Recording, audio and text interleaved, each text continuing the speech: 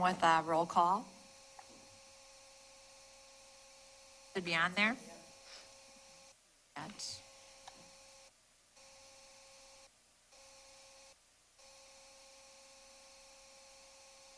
Has everybody joined the meeting?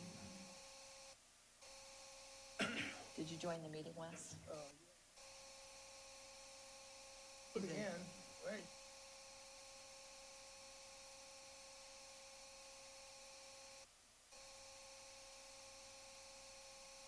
Okay. Electronic roll call has been taken and all board members are present. At this time, we'll begin with the Pledge of Allegiance. And so, Cassie, would you lead us in the Pledge of Allegiance?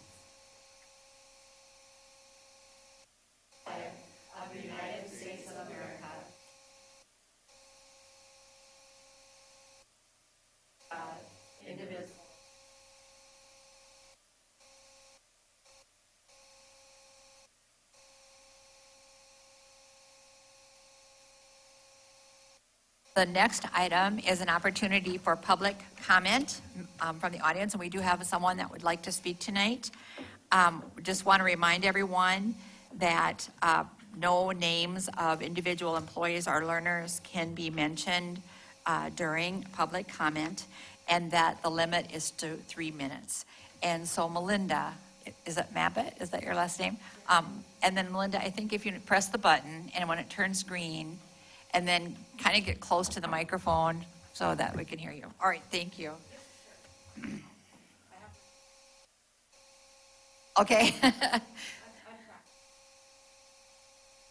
Okay, thank you. I have 3 children in the school district currently, so I wanted to discuss some ABCs of concern that I have. First is accountability. This board is clearly lacking any sort of accountability with its handling of Principal Stanley as a primary example. Bullying. There have been many who have spoken to me in confidence that this administration has a tendency to bully in favor of being a leader. How many other principals were late or tardy with their teacher evaluations? Where was the administrative support and guidance? Character. What is yours? Are you okay with what happened to Principal Stanley and the conflicts of interest that have been brought up?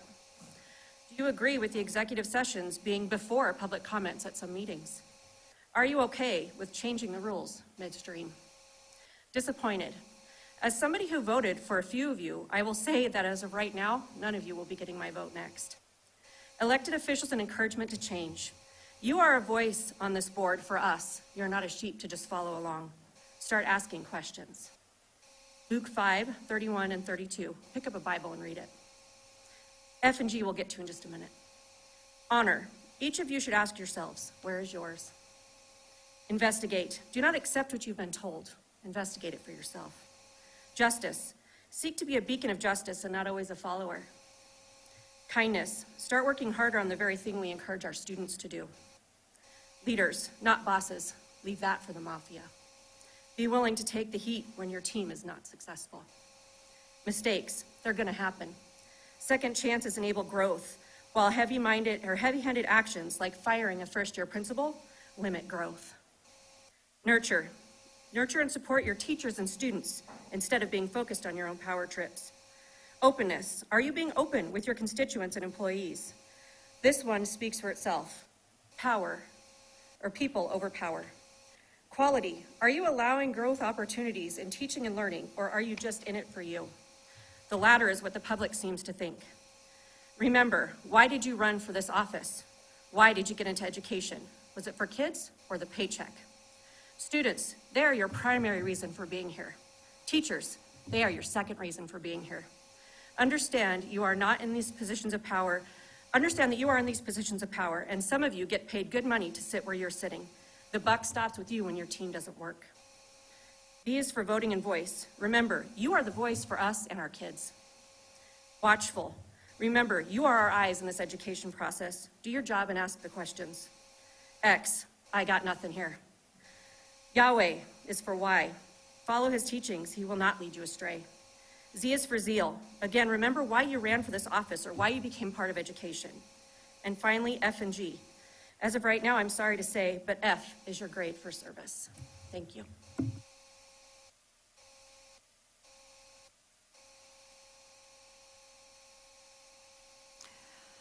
Okay, next on your agenda is a request. You need to have signed up at the beginning. I think, go ahead. Wait, I don't have your name. I need your name, address, and the topic. And when, if you come again, just make sure you do it as you come in. Okay.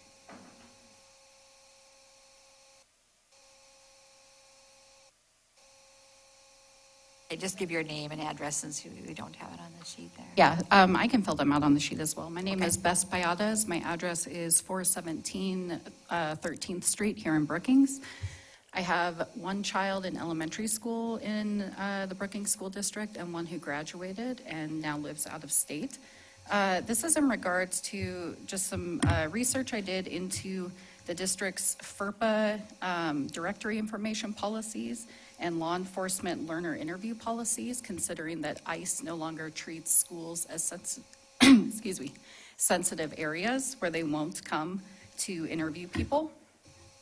So FERPA, noticing the policy that was posted last year, I found that directory information, which is what is available to be given out to anybody without parental consent, it's supposed to be information that would be generally not considered harmful or an invasion of privacy if disclosed. I think that changes in our country have moved the definition of what could be considered harmful. Some items that are included in the district's directory information are student's name, address, telephone listing, date and place of birth, and also, among other things, most recent educational agency or institution attended. I think that that's a little aggressive. SDSU, I worked in the registrar's office for 5 years. Our directory information includes hometown versus place of birth. I think that's much more reasonable.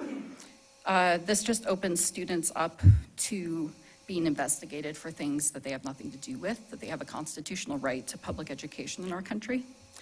Also, the FERPA policy, the federal guidelines, and where they can complain to the Department of Education is translated into Spanish.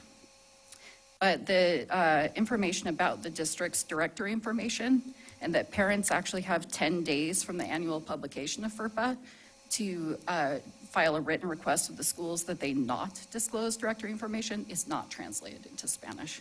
So I'd ask that all of that document please be translated into Spanish. Also, if you know and could let us know when the 2025 FERPA policy will be posted, that would be helpful. Last year it was the end of July, the year before it was the end of June, so I'm not quite sure what the cadence is there. Also, policy JFGA, which is law enforcement and DSS learner interview policy. This is when people come into the school, law enforcement, to interview a student. I think that ICE coming to interview students would fall under Section 3, which is an event unrelated to school. It says, prior to granting a request, the principal and assistant principal will verify that law enforcement have obtained parental consent or has a warrant or court order. My question is, if they present a warrant, who's responsible and who's accountable for informing those students, probably for the first time in their lives, what their Fifth Amendment rights are? There is an addendum at the end of this policy that says, upon the learner reaching the age of 18, they're a legal adult and have the authority to make the decision whether or not to talk to law enforcement officers. That's actually 3 incorrect. minutes. Yeah, Okay. they have. Mine just Yeah, hearing the last time just thing. ran out. Hey, So I'm ju- you want that- us to, what you're saying is that policy regarding FERPA should be something we would review as a policy committee. Yes, and also that minors have a Fifth Amendment right. The Supreme Court has decided. So it's not just when they're 18 as stated in the policy. Okay, thank you.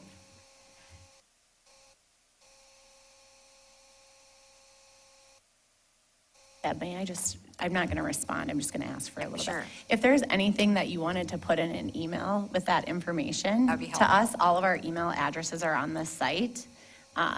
And I know last year, Dr. Schultz kind of brought us through a whole process that she has already developed, and so it might be good for just us to overlay your concerns with that, but definitely thanks for bringing up that information. We did not share that with the public, so your it will be good to cross-reference. Thank you. Okay, then it's item 4.1, which is a request to pull anything from the consent agenda. Do we have any requests to approve, remove an item from the consent agenda? Okay, hearing none, we'll move on to approval of the agenda. Second. Okay, I'm actually going to add an agenda item, and I will need a second for that. So I think I would like to, do we need to go forward with that motion and the defeated, or can I go ahead and comment on this? Oh, sure. The amendment is to add 10.19, which is approval of adult meal prices for the 2025-2026 school year. We received notification from the federal government that there is a change from what we adopted at the last meeting. And so that was not presented to us until after our last meeting date. So Laura Swear asked that we add that.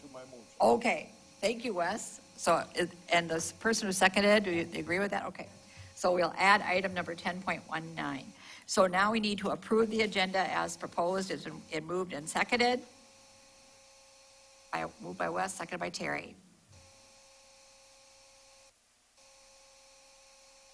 Need to vote.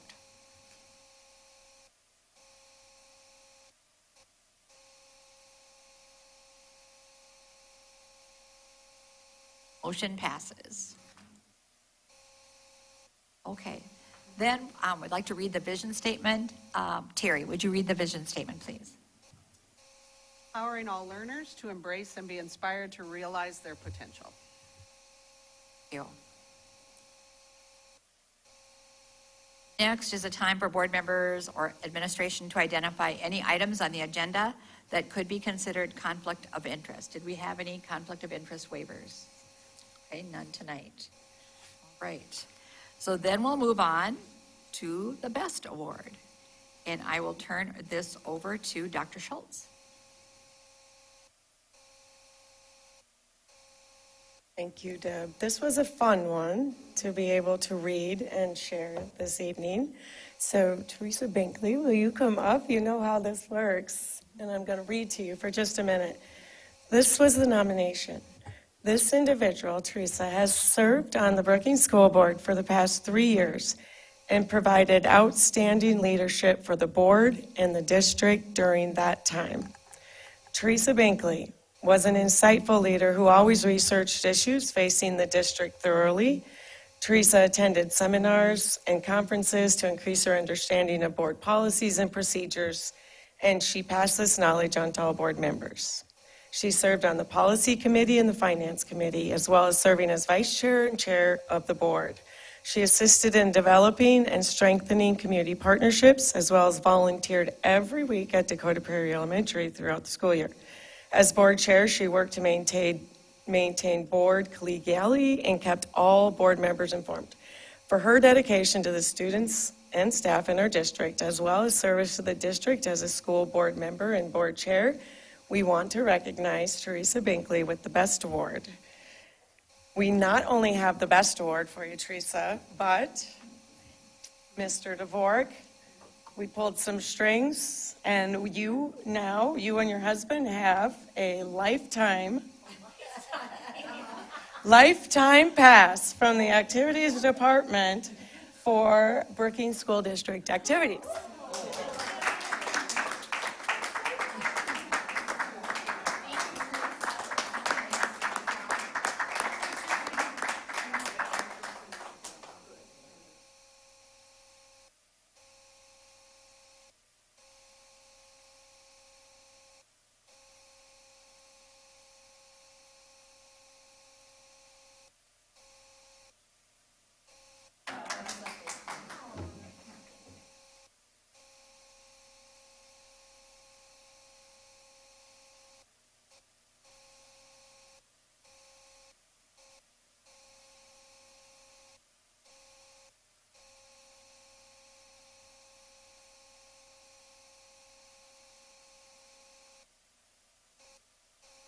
from our standing committees.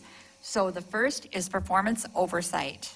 Any report? Well, we did meet a couple times, so Yep. we wrapped up the bills, and then we'll move ahead next time with Cassie and I in a couple months, and so we'll move on with that. Thank you. Facilities and construction? We have not met, but go ahead, Wes. We're trying to get a date set up for a meeting, Okay, and mostly looking at the progress for the high school would probably be the major. I'm going to be on that committee, so I have to. Yeah. Yes, sure I we sign are up a time. working on, I was trying to get it scheduled for tonight prior to the board meeting, and that just didn't work. And so we've gone through many of the schematic designs for the science restructure, or science renovation. But there's some components of it that I want to bring to that committee because we have restrooms right in the middle of those science rooms, and there's some different design ideas that could potentially also assist with those bathrooms. And I don't want to rule it in or out without getting your help. The other thing I noticed on the finance committee reports, just some of the land conversation, that should probably be communicated to facility committee too, Okay, just as yeah. we're doing some of that information with the land by the high school. So, yeah, facilities just wants to be in the loop on that component. So the next is policy and governance. And Terry, do you want to? No, you can do that later. Just say, Just some additions, some explanations coming up, but we met a couple times. okay. School finance, Kelly, you alluded a little bit there. For what? Anything else to add for school finance? Also haven't met since last meeting. Okay. And then reports As a new from group ad or hoc whatever. committees. I don't know that this is an ad hoc committee, but I think I should give a report. I'm a part of the Communities That Care grant. I think I've mentioned that before, through United Way. And we have come to a conclusion about the priority risks that we're going to work on. And these were based on the search data that we get from the Search Institute survey that our students take in the middle school. And the two areas that we're planning to work on are elevated absenteeism and low neighborhood attachment and community disorganization. And those came from the higher number of scores on the search data. And there were also two protective factors that are also identified on the search data that were low for youth in our community. And those two we're also going to work on. One of them is youth empowerment. Youth indicated that they didn't feel like their opinions were valued in our community. And then use of time. And students indicated they did not always use their time in a meaningful way.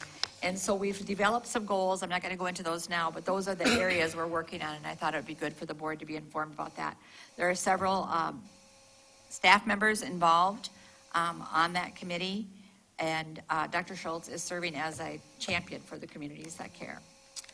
Okay, and then general board comments. Dr. Schultz has it in I'm doing ad hoc, sorry, Deb, but had it in General board, her superintendent's report, but the Brookings Child Care Collaborative in the district were able, and Deb was there, get a award last week at the joint conference. And so Dr. Graves gave us the Community Helping Hands Award. So that was a fun day great. to be a part of. Okay, so now we're ready for general board comments. Anything? I was going to add that I attended the Associated School Boards meeting in Sioux Falls, and I think Terry did. Kelly was there for part of the time. Cassie was there for the new member orientation. I attended sessions on the open meeting law, on the Yonder pouches, which we're going to be using at the high school, the teacher apprenticeship program, resources to support well-being. And then the final one I went to was like using AI to be more efficient. And so that was pretty enlightening. There are some new AI programs that are out there that I was not familiar with, and most of those in the audience were not, and they shared how those could be used, including one that we can create a song. Like, just tell me what the song to be like, what genre we want it in, and it was pretty impressive. So anyway, it was a good conference. I don't know if Terry, if you have anything? I also went to the one on a school that talked about they've been using the pouches for cell phones for about 3 years now.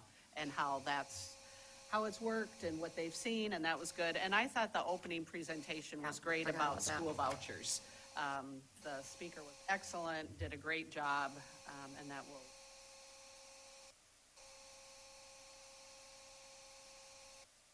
Okay, that leads us to the superintendent report. And so, Dr. Schultz, I'll turn it over to you. I will make sure this is uploaded too, because the pictures, especially from the science partnership, are just really great. Under a great place to collaborate, as I shared with you, I don't remember if the initial promotion was last month or the month prior, but there are 4 entities: the Brookings School District, SDSU, Research Park at SDSU, and Dakota Bioworks. We are working together. This really started from a conversation in a presentation I had at the chamber event. But the group says, if you remember that original document I gave you, I just reminded people, because it is new, that the collaboration of those 4 entities are we really have that shared vision that, one, there is a gap in our programming and offerings, especially with those areas of STEM across the district, and we have pockets of things and great staff and students that are trying, but we need to be strategic about this.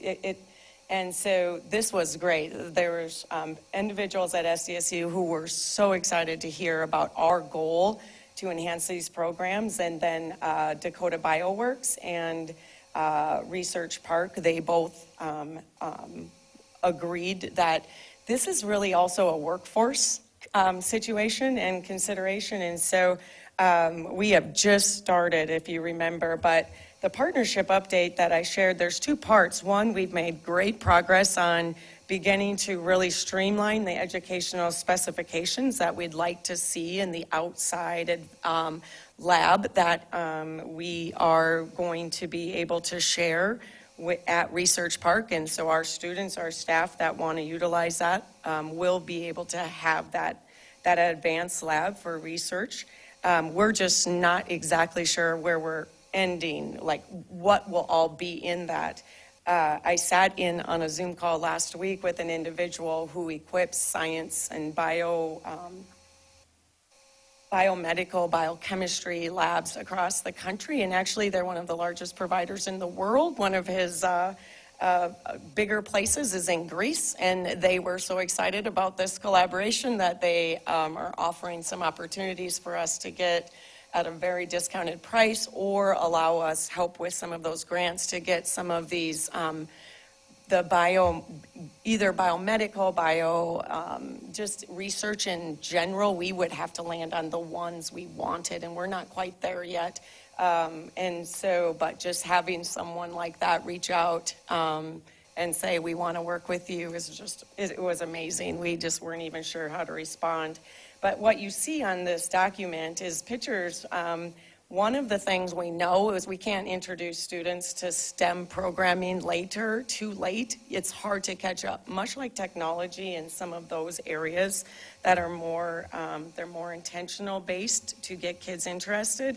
So Dakota Bioworks, one of the things they want to do in this partnership is they want to help with all levels of our school and students begin implementing STEM workshops, STEM resources for teachers, but also opportunities for our students to work with their scientists at the Research Park and Bioworks area, along with Camelot and middle school and high school to start.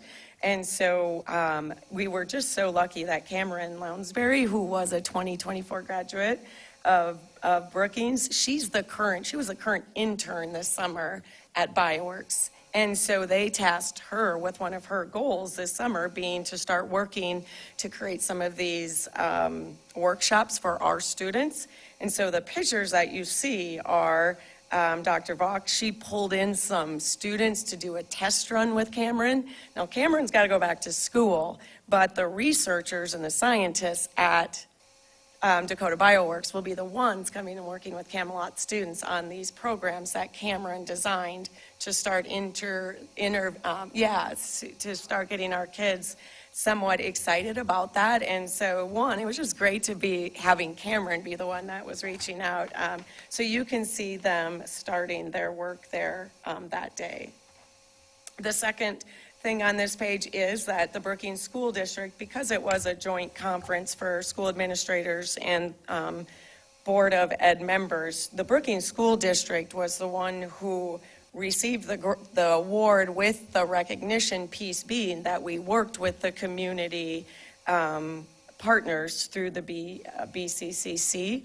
And as you can see, that picture with Dr. Graves, it was just a really great opportunity to be able to celebrate together, and so many schools and districts being able to ask questions. And we just feel like we've made that progress, and it's just such a good feeling to be here now receiving this first award. One of the things that I was very passionate about last year, as you know, I brought in the CDA to South Dakota, but also, unfortunately, it wasn't being utilized at all at Brookings when I came at the high school. But last year, we were able to get our students into a grant opportunity, those who wanted the CDA.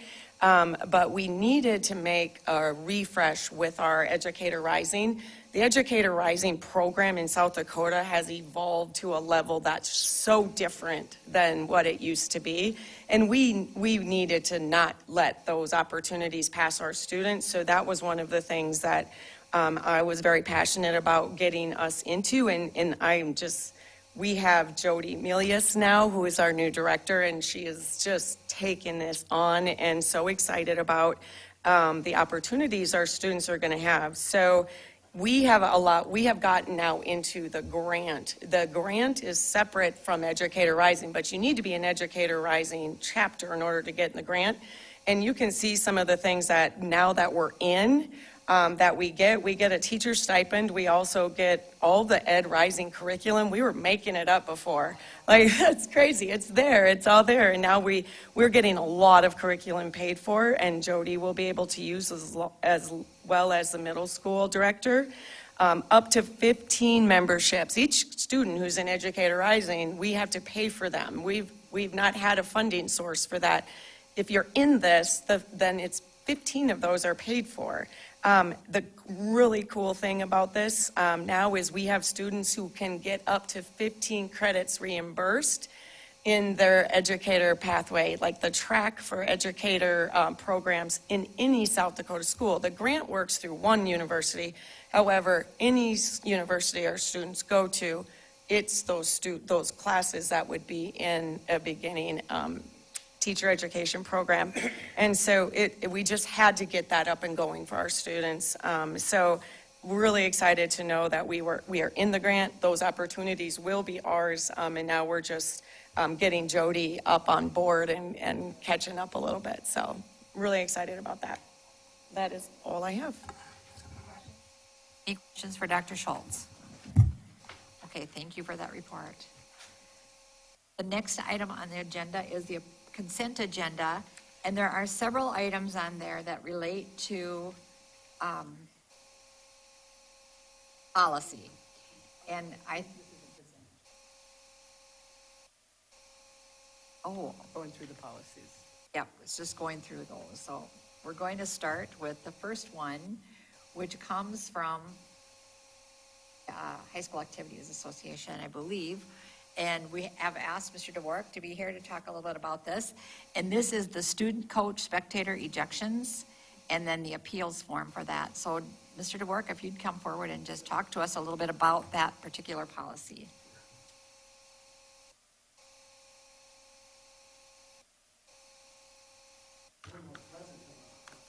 Yeah. This isn't a Mr. Dvorak policy. Yeah, No, it's not. just talk a little bit about, a little bit of history. And I got to tell you that in Brookings, in the time that I've been here, our fans, our parents, our people have been phenomenal. They've been great. There hasn't really been much for use of a policy. The same thing with our coaches or our athletes. There was an incident last year in one activity, it's not important, where it was a spectator issue with a coach, and it just really made me kind of dig into our policies and go, what do we have in place if we really need to not have somebody be there because of behavior or a conflict or something they did? And I didn't really find much, and then this came along, and it came right from the Activities Association. And the piece of this, if you look through that, the athlete or the student is really being, I'm just going to, because this is all kind of a negative thing, and we just have to deal with it for what it is. They're being kind of reined in by several people. They're being reined in by their coaches. They're being reined in by officials. There's a lot of eyes on them, taking care of them.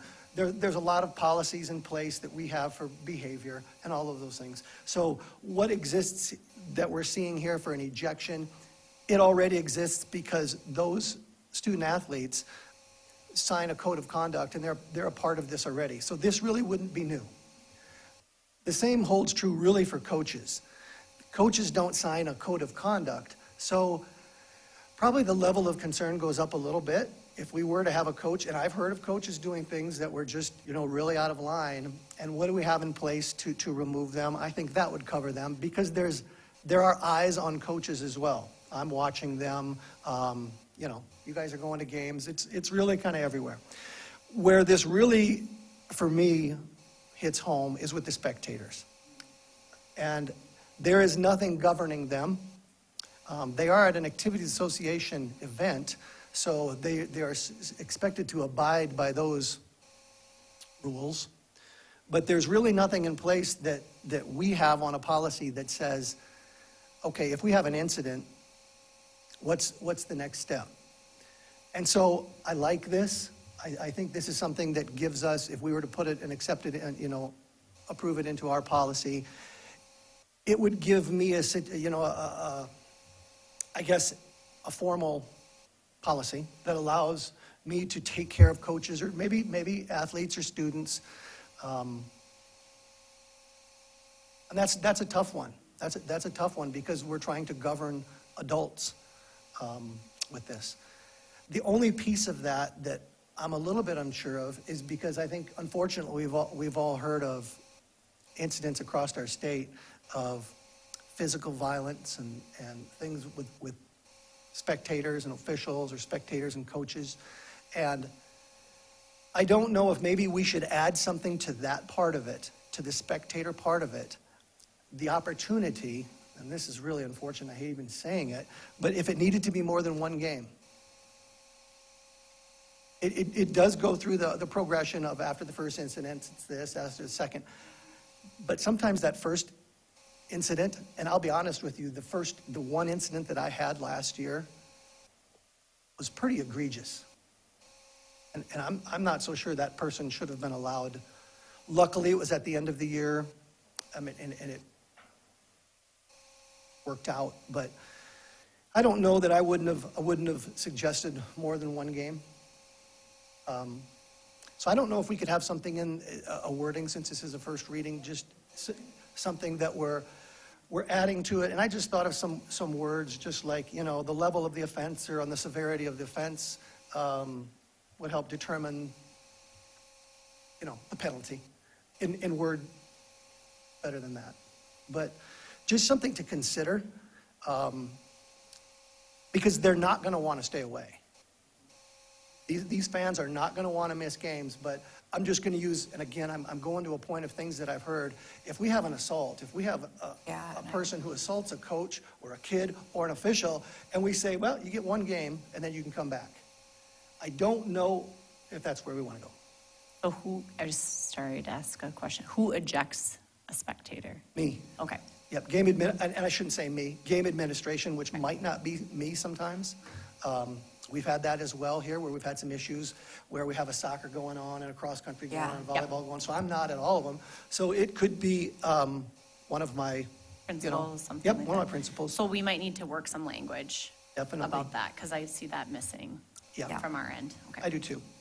If you have some suggestions, Mr. Dwork, would you be willing to just kind of write that up and submit it to Terry and I are on the policy committee, and Absolutely. we can Yeah. run it by all the board members. The other question I had about with the spectators, okay, our spectators that are there, supporting Brookings athletes, but if it's an out-of-town spectator that's creating a problem, what happens then? So that's a great question because that is where we were last year. We were away. We weren't at home where we had our incident. And then it's just by chance I was at this event. And I wasn't there as necessarily as game administration. I followed the team and I was administrating because I had to. But I'm working with that athletic director or that game administrator. That's where that would come from. So if there is a removal, if I'm not there, I would find out about it. I would hope from an AD. I might not.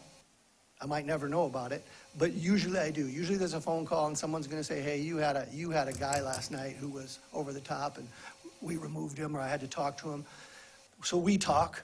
Now, if that came to me and he said, you removed him, then I would have to go find more information. I'd have to go find out what was it, what happened, and then we'd have to make a determination. Does that answer? That could kick in then as their first offense, even though it didn't occur in Brookings. Absolutely. Yeah. I also had a question. So I think I agree that the spectator section is probably needing the most cleanup. Attending games, we have fantastic coaches and athletes that really want to be protected and follow good sportsmanship, but that's where I've seen the most issue as well. So it's saying that they have to miss the rest of that game, but also the next game. Is there a reporting system is it the next scheduled game in Brookings or the next game of that sport? I was unclear about the specifics of the next game. It's any contest at that level. Okay. And then also, I think it mentions if you read that, any contest that happens within the interim at any level. So if there are, okay, let's just say a football game, let's say you get the boot on Friday night and you can't come the next Friday night. But Monday there's a JV, Tuesday there's a junior high, Thursday there's a freshman, you can't go to those either, is how I read that. And it's specific to that arena, so it would be to Brookings? No, It's the sport that they were removed from? Okay. yes. But if there were Or- another sport like volleyball or whatever, so they're the same thing, they're not allowed to attend that as well, or how does that work? I don't think so. I don't think that wording says that. I don't think, Ms. Bates, I don't think that's a bad idea to chant. I actually didn't think about that. Because if there's a volleyball game Football on game on Tuesday Friday night. Yeah, And then there's a girls' volleyball game on Monday night. yeah. What's nice about this policy, and they said that too, is school districts are more than welcome to adapt this and change it the way they want. I think that would make sense to say any. Too. I don't know.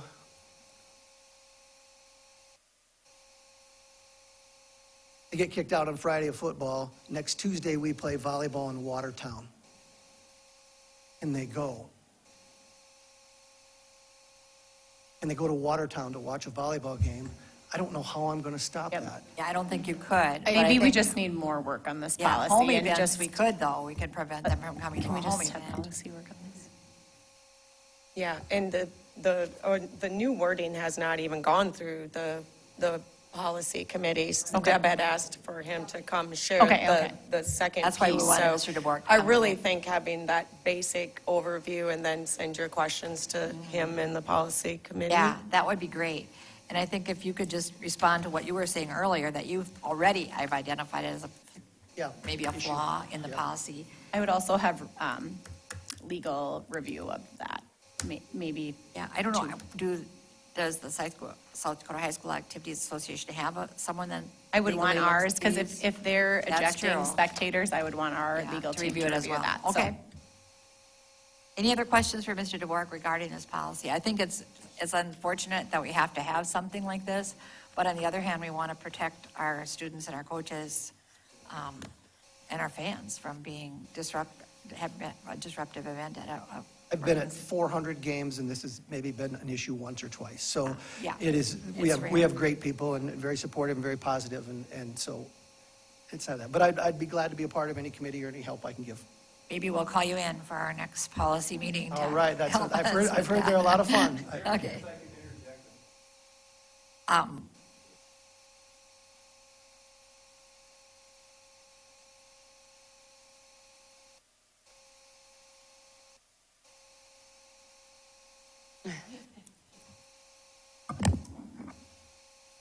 Jeff Struy. I live in Brookings. My family has been involved with sports for, gosh, a century. My question is, this is not something new. We have had problems with fans, coaches, parents, et cetera, et cetera. I think my question is, and it didn't get addressed, is law enforcement.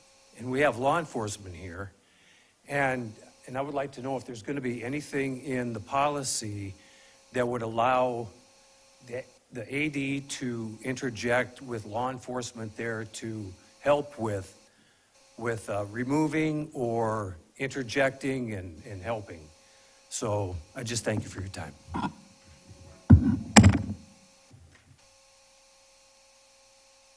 Thank you. That's also something we can consider when we're reviewing the policy.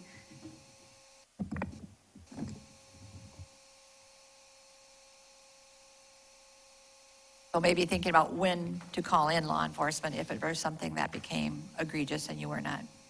I know we do have some games, some certain games, high rivalry things, where I do ask Josh or Eric to be there. Football, we have law enforcement all over the place. But these other games that we certainly do have ones that I kind of ask them if they can, but that's really not a part of what, honestly, they're contracted. So it's an additional, it's not like it's a bunch of money, but it's an additional fee, it's an additional thing that is really not on their schedule normally. And I know other schools have SROs at games pretty regularly. We just do not. Thank you. Yeah. Any other questions for Mr. DeBorg? All right, thank you. Okay, we have several other policies that we need to take a look at tonight, so I've asked Terry to reacquaint you, because Right. we're at the second reading for Right. most of these. So that policy BD, school board meetings, this is modifying the policy with the new requirement in state law that school boards annually review the state's open meeting laws. Okay. Now we're on to DFD, and that was a 2025 legislative session accepting cash at gate receipts and admissions. Policy ECABB also was legislative session with multi-occupancy room use bathrooms. And policy FC is adding the 3 dates on which a referendum election can be held for approval for a school to enter into agreement or issue capital outlay certificates. Policy GCDB, really in that one, they removed the volunteer language for background checks. And then there's a new policy, GCDBC, which is the criminal background checks on volunteers and employees of contractors. So that's where. Policy IGBA applies to the new process for implementing a new or revised section 504 plan, individualized family service plan, or individualized education program for a student of an active duty military member. Policy JEA, that includes the new provision in law permitting a 17-year-old to withdraw from school attendance with a written consent from parent or guardian. Policy JE amends portions of the policy on students who are exempt from school attendance to align with the new state law. And then I think we'll get to, that's it. So almost all of those policies are a result of legislation that was passed at the last legislative session, and we want to make sure we're following the law. So we've got all of those included. And asked just Terry to remind you. Did anyone have any questions regarding any of those policies? Because they're all pretty much new policies and pretty much came from Associated School Boards who had taken what was done in the law and developed a policy for the boards to follow. Okay, I make a motion to approve the consent agenda. Sorry, was that where we were at? oh, that's where we're at, Okay. so good. And I'll I'll second. second it.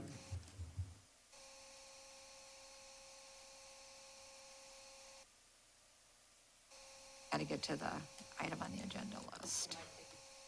Yeah, I'm going to go back here and scroll down.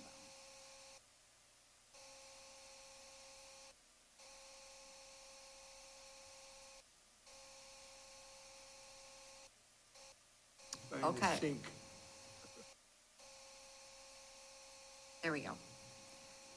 So Stacy, we don't really have we have a special item for approval of the consent agenda? Or does it start with each one of those? Yeah, second reading. To go to 9.1? Okay. So we have a motion for the approval of this consent agenda from Kelly and seconded by Cassie. Cassie. Okay. Any questions on anything on the consent agenda? Okay, we're ready for the vote. Okay. This fly likes me here. Yeah, I have one.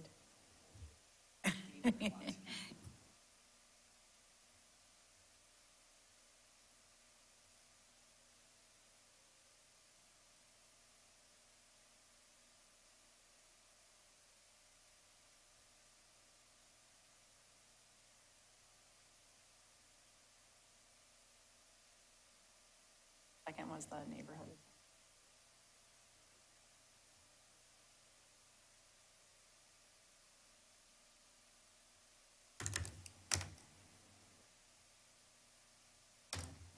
There you go. Sync.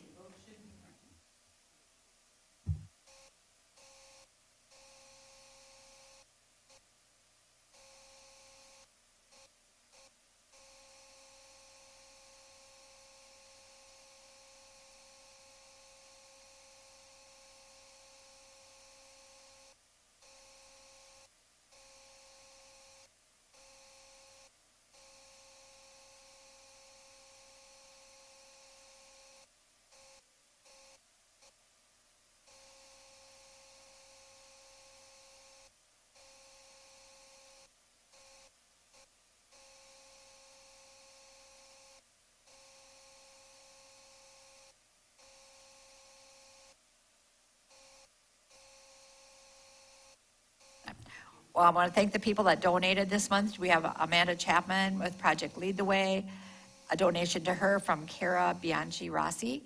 And also Kara Bianchi Rossi gave a donation to the middle school band.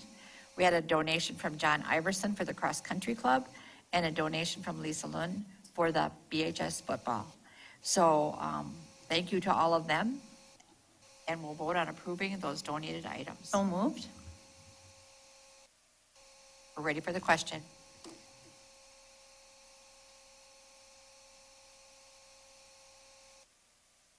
No. Okay, the donated items, the list has been approved. The next item of business is the approval of the 2025-2026 budget and levies, and I will turn that over to Stacy. So moved. Do we need a motion first, Yeah, Deb? we need a motion first, correct? And a second? Second. Okay, we have moved and seconded by Kelly and seconded by Terry to approve the budget and levies for the 2025-26 year. So Stacy, do you have anything you want to add regarding I that? do, yes. Most funds stayed the same from the last presentations that you've seen. Special education is up about $1,500 from the last presentation that we gave. And then general fund and enterprise fund, there has been a change due to some, well, general fund title funding came through. Our Title II funding came through, yes. So that was wonderful. We are as close as we possibly can be with benefits that our current hires have elected. So that's why some of these numbers have changed from last month. Also, to talk about between the enterprise fund and the general fund, had a transfer, and I know I mentioned it to a couple people. Yeah. But on general fund, the very, very bottom of the budget sheet, I had a transfer out of $45,000 going into Fund 53, which was the enterprise fund, mostly for our early childhood program. That number is incorrect. That is an oversight on my part. We have been talking $70,000 since February. So I just would like to make that correction, that transfer would be in the amount of $70,000, not $45,000. And then that changes the general fund total to $29,721,380, and then the enterprise fund to $534,440. So I would ask, I guess, with the motion in the second, that you would accept that correction. Kelly, is that okay Yep, with you? yes, And please. Terry? all right? So, I wish it was 100,000, Yeah, but I'll really. take 70. any further discussion regarding Stacy's report? I was just going to say to the board, I would hope in future years that we could just dictate a line item for our early childhood programming instead of having it part of the transfer in and out budget. If you look at many school districts, just like we have elementary, middle, high, other, special, if we could have a line item in there and look at our investment in that, I would appreciate that in future years, or considering this is a fine place to put that 70,000 that we've been talking about. But I just think that showcases our extreme commitment to that program, and I'd like to see us continue to do that. I think Yankton School District has been doing that for decades, and when you look at our collaboration with the Boys and Girls Club, Wayne Kimball was part of that group, and I just think it would be, if the superintendent recommends that and our business manager and those things, I think we need to get into that headspace, so. Thank you for that, Kelly. I think that's a good idea. I concur. Thank Okay. you, Wes. And the levies, to touch on that, I have talked with Jennifer Beller down at the county office, and they are fine with all those levies that we Okay. have suggested there. We're at the max levies like we are every year. And with the bonds, we basically ask for the amount that was for the debt for that year, and that's how it is every year. So she was fine with all those numbers. All right. You ready for the question? Oh, there we go.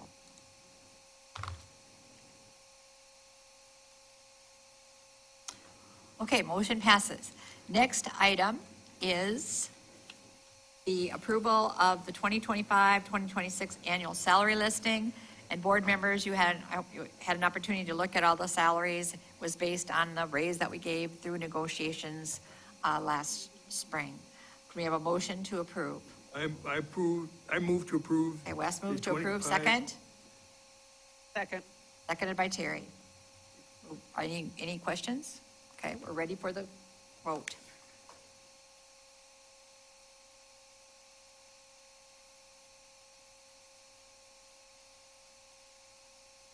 Motion passes. Sorry, I got a little ahead of you. You're good. All right, the next item is to declare a 2017 Bluebird minibus as surplus. Can I have a motion for approval? So moved. Wes moves approval, second. Second. Seconded by Kelly. Cassie. Oh, Cassie, sorry. sound Any like- discussion regarding that or anything that you want to share, Stacy? I looked at all the pictures of the minibus. Yeah, once it is declared surplus, we will reach out to other school districts first, and if we end up selling it to another governmental entity, it does not have to go up for bids. Okay. But if we don't have interest, then it may be that we accept bids on it. Okay. Any other questions for? Okay, we're ready for the question.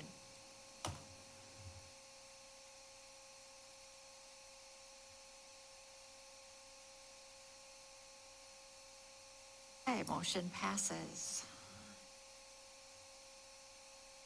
The next item is approval of a new policy. And when we have policies, we do not necessarily have to have a first and second reading. We have done that as a school district, take board members a time to review those. But this is the personal electronic device use, and we wanted to get this in place prior to the start of school because we do have new considerations regarding the use of electronic devices at the high school in particular. So I'll ask Terry to share a little bit about the policy. Right. Deb and I met with Zach, and he has worked on this, and we'll be explaining this to parent meetings at the high school. The administration team is in favor of this. The consequences for violation of the policy, they felt would be better served if they were in the individual handbooks based on, the age level of the learners. So that's where the consequence for violation of the policy will be. Instead of in the policy. Yep, and that way they don't, if they make a change, they don't have to have a policy change every year. They can just make a change in the handbook. And I think that's a good idea because sometimes there's extenuating circumstances that our principals can deal with And a grade and be school fair- consequence is be different fair than to a high all school parties, yeah. consequence, yeah. I will just share that at the school board association meeting, that one of the superintendent that I attended a session on, that they use them in Gettysburg, and they felt it went really well, but she said that a group of parents have gotten together with middle school age kids and have decided their kids cannot have smartphones, but they can have flip phones, because a flip phone, they can call their parent if they need to call them to pick them up after practice or whatever, but they don't have access to social media, the web, and that kind of thing. So she said a whole group of parents banded together and made that decision, and that way it went much smoother because they all stuck together with their decision. So I just thought that was an interesting consequence of the policy that they implemented. Okay, any other questions regarding that policy? I might add, as part of humor, that I've a new phone, and to try to figure out how to turn it off and turn it on, I would probably violate the policy. Okay. I think we're ready for the vote. We didn't have a motion. Oh, I'm sorry. Before discussion. Thank you, Kelly. Okay, Wes moves approval. We just started talking, I'm sorry. I'll second. Okay, and a second by Cassie. All right, we are ready.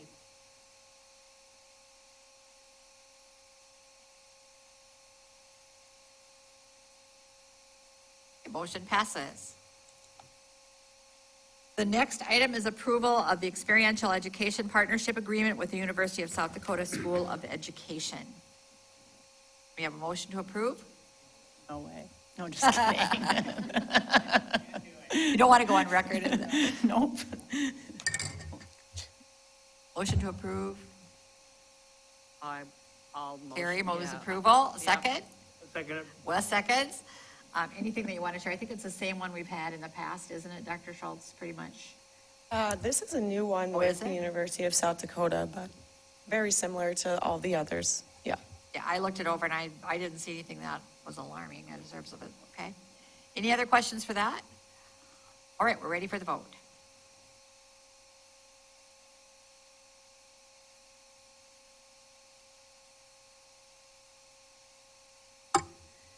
Happy to get teachers wherever they train Yes, them. exactly. Even if we have an affinity. Motion passes. The next item is approval of the site agreement with the Great After School Place, GAP, and the Brookings School District. So moved. Okay, Kelly moves approval, second. I'll second it. Wes seconds. And there was a change made there, and Dr. Schultz, could you just talk about that? Yeah, the one change, and I will say that Stacy, who is the director of GAP, did call today to try to she would still like us to make some considerations on the kitchen usage. And so that really needs to be decided, but we really need her to work directly with Laura Swear, because that is where the issue lies. We have such a great relationship with GAP, but I really have to take the opinions, the perceptions of if we are doing things that are putting our food service program in jeopardy. And there were a couple times that, if peanut butter, things like that are used on a Wednesday and not cleaned appropriately by Thursday. And the problem is as great as Stacy is, it's hard to always know that those things are always being taken care of. And so her and I put some things in last spring. I do think it went well. This change to not have GAP use our kitchen areas still was proposed by administration. And so the two of them have not met. I do believe they're meeting on Wednesday. Okay. However, we need to get something in place liability-wise and for some other things. So what Amanda did say today was, this can always be amended. This is really something that needs to be worked out between GAP and our food service director. And it could be that this is still the recommendation to have it, but those two are meeting on Wednesday. Is your recommendation to table or approve and then be okay My to come recommendation back? is to approve it the way it is, Okay. because the only change is, if we table it, we don't have an agreement with GAP when they come in on the first day of school. So we're giving ourselves some pretty high liability in that situation. And so if we're just talking about having access to use the kitchen areas for a hot snack on Wednesday, that is the only piece that is still Left. trying to be figured out between those two. So I would approve it as is, more than willing to bring it back in September. Even have me, if they come to a different type of agreement, allow that to start happening before September. But And then just let Stacy know we're open to redoing that when Yes. everybody gets ready. So, Any other questions for Dr. Schultz regarding that? All right, we're ready for the question.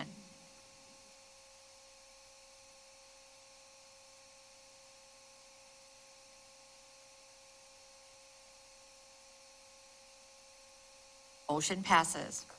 The next item of business under the action items is the approval of the Kleitz Electric Sports Marketing Agreement. And these are agreements we've had in the past as well. Mr. Dvorak is here too if you have any questions. So I need a motion to approve and a second for this one. I move to approve the Kleitz Electric Sports Marketing Agreement. Carrie has moved to approve. Second? Second? Seconded by Kelly. Are there any questions regarding this agreement? No, I just thanks to Mr. Dvorak for kind of reworking the whole process. I think it looks really, really good, and excited for kind of keep getting these. We can have one at every meeting if you want. He's got quite a few here tonight, so Great that's job. good. All right. Any other questions? All right, we're ready for the vote.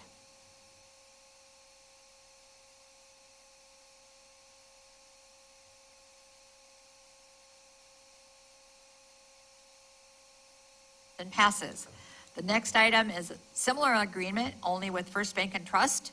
So it's the First Bank and Trust Sports Marketing Agreement. Can I have a motion for approval? Moved. I move approval. Kelly moves approval. Wes seconds. I beat you. Are there any, it's basically the same agreement. So I doubt there's any other questions. We're ready for the vote.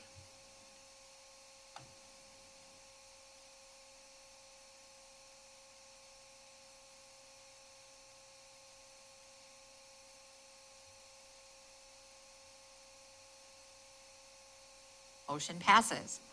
The next item is a similar agreement with Hy-Vee stores. Approval of the Hy-Vee Food Stores Sports Marketing Agreement. Can I have a motion for approval in a second? So moved. Second? Okay, we have a motion from Kelly and a second from Cassie. Ready for the vote?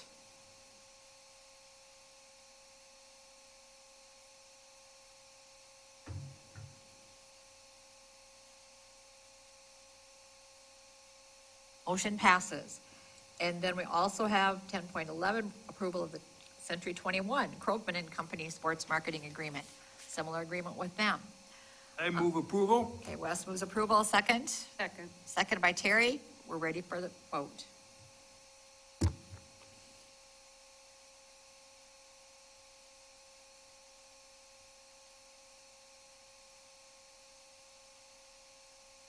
The motion passes. And then the final sports marketing agreement is with Century Business Products. Sarah. Is there a motion for approval in a second? So moved. Second? Okay, we have a motion from Kelly, seconded by Cassie. We're ready for the vote.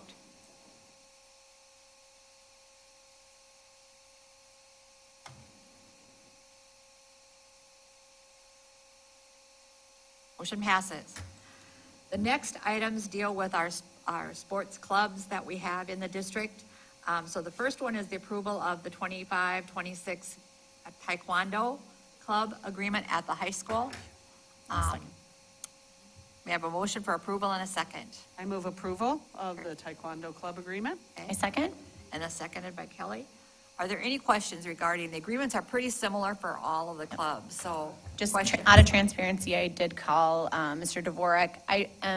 I'm totally fine with all the agreements. I just had kind of a question, which I brought up again last year, about having to do the Brookings School District residency. And so that just might be a bullet point if it becomes a problem in the future. I wouldn't want to limit kids from out of town from being in sports that aren't in their communities. But it hasn't been a problem so far, what he said. I just think that wording maybe in future years could be something that we looked at. And I'm talking about bullet point 5A in all the agreements, which says that you have to be a Brookings School District resident to participate in a club. I just find it odd that we're dictating what clubs can do. So that's my only point of kind of question. But I'm completely comfortable with all the agreements, and I just want to let everybody know I did talk to him about that. Okay, thank you, Kelly. Okay, any other comments or questions regarding these club agreements? Okay, let's move forward then with the Taekwondo Club Agreement and have our vote.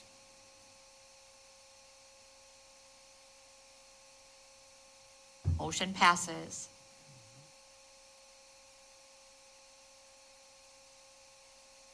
There we go. The next one is a similar agreement for the bowling club. May I have a motion for approval and second?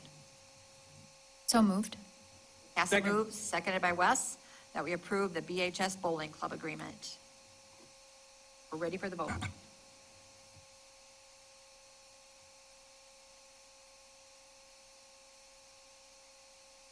Motion passes. Next item is approval of the BHS Swimming Club agreement. I move approval. Wes moves approval, Second. second by Kelly. Former swimmers have to Yes, get the our, former swimmers are ready. Our gotta get it in there. Wes and Okay. I. Surprise, wasn't it? We're ready for the vote.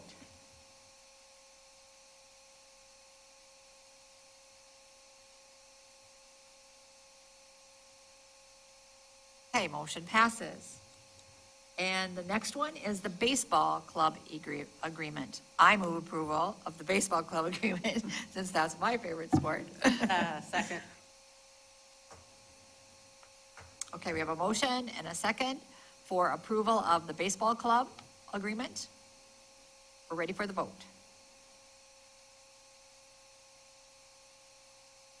And related, my son is currently playing in the state amateur that's baseball right. tournament Yeah. as we speak. I'm sure Where he's are they doing playing? very well, but Hey, Jeff, I love how you include their stuff in your activity report throughout the year too. So Yeah, if you can that's keep awesome. doing that, it Very helps. good. All right, motion passes. And the final club agreement is with the Clay Target Club. I move approval. Wes moves approval, Second? Cassie seconds. We're ready for the vote.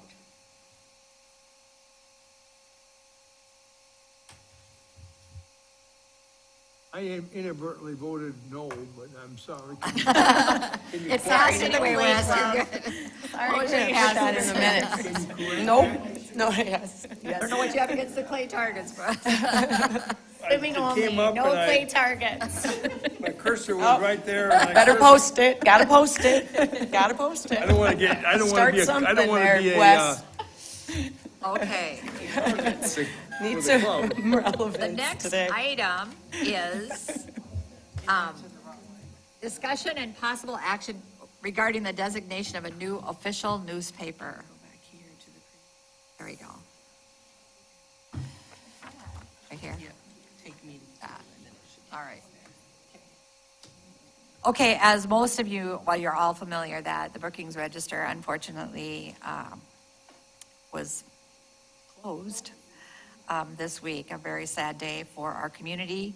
And so we need to think about this. I believe Wes has a motion that he wanted to make regarding this. And you know, the board and other public entities in the community are in the same dilemma we are, how to meet not only the letter of the law, but the spirit of the law relative to our public notices, which includes, you know, not only minutes, but notice of the meetings, bid notifications.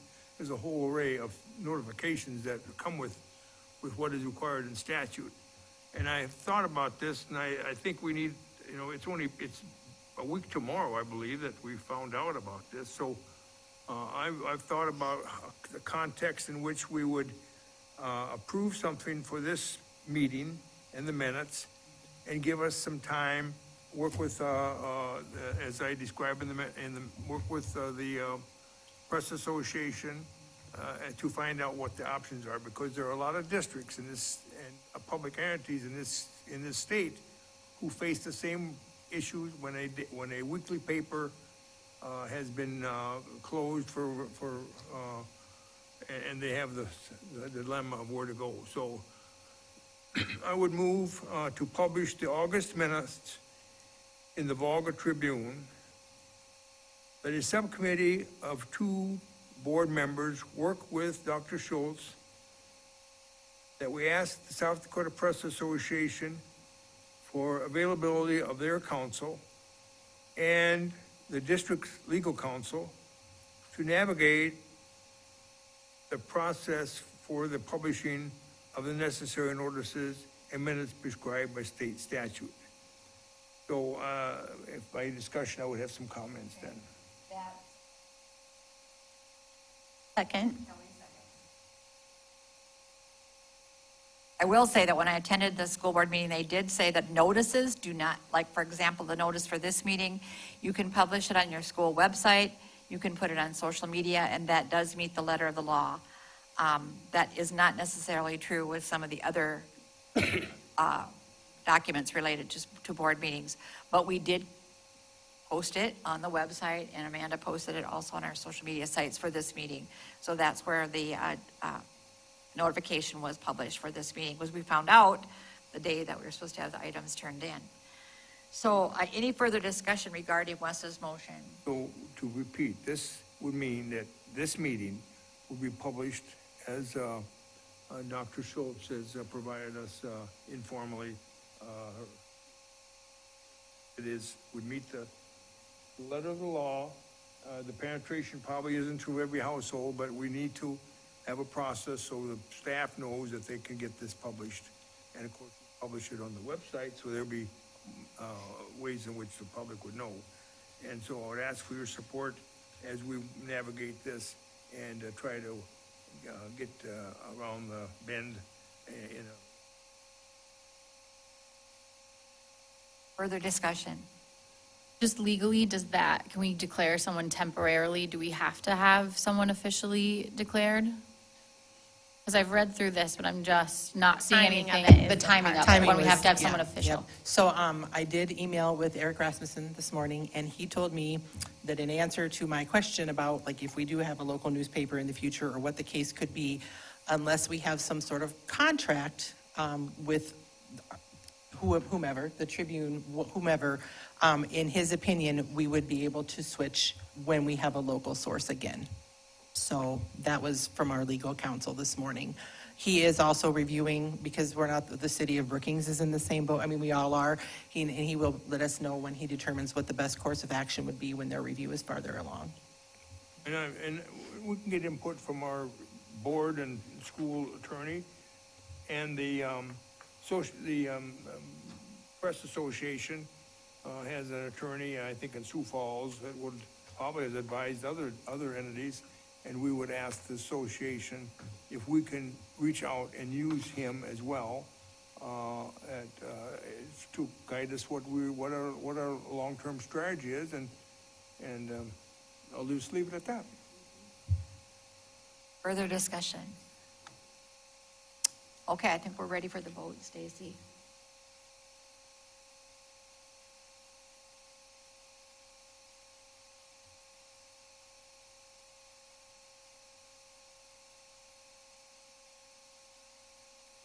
Okay, motion passes, so the Do you want minutes to of... figure out the two people? I can, yeah, I'll appoint two people. Wes, if you'd like to be on that. And Cassie would. And then I would also be And Cassie interested. would like to, okay, so Wes and Cassie, if you'd meet with Dr. Schultz regarding that, and then we'll hear from you at our next meeting, hopefully. Okay. The next item is one that we needed to add, and that is because there was a change that we received notification of. And this is approval of the adult meal prices for our school lunch program. And we received notification after our last meeting, when we made approval of the meal prices, that there has been a change federally for adult meal prices. So Stacy, you want to just tell them what that refers to? So, yes, and Yeah, we have a and it's motion not yet, yeah. popping up electronically because I It won't. added Yeah, it, so we'll I'm have going to to do a go. voice vote for Okay, this one. I can make a So- motion to approve new Okay, adult the meal new adult meal prices. prices. Second? Second? And Cassie seconds. So Stacy, just share with us what that refers to. Sure. So every year in July, we set our price list as part of the consent agenda, and oftentimes we have not heard from the USDA on what the minimum meal pricing has to be for adults. And it just came out last week, and so we had it set at $5.05, and they're telling us it has to be $5.15. And so Laura Sweer has asked us that we make that correction so that when we start school, it's correct. All right. Just for a point of information, adult refers to parents, teachers. Yes, any, a staff member, a guest, yes. Not that there's And adults in actually, school. any student meal that wasn't a reimbursable meal would also be considered an adult meal. Like if they refuse to take the fruit or something, you can't give them a reimbursable student meal. We don't have a lot of that, but yeah, guests, teachers, such, yeah. Okay. Any other questions or clarification? All right, we're ready to vote, and I think we'll just do a voice vote. Yes, please. Cheddar? Aye. Debates? Aye. Johnson? Books? Aye. Juba? Aye. Okay, thank you. All right, that concludes our action items. At this time, I would entertain a motion to move into executive session. Advance the, Pardon me? will you advance the Oh, yeah. meeting? Thank you. You forget here. Got to get in the habit of this. So we need a motion to move into executive session pursuant to South Dakota Codified Law 1-25-2, subsection 3, which deals with legal matters. I'll second your motion. Okay, I move and you second. All right. I move to go into executive session, seconded by Wes. Any questions? All right, we're ready for the vote, Stacy.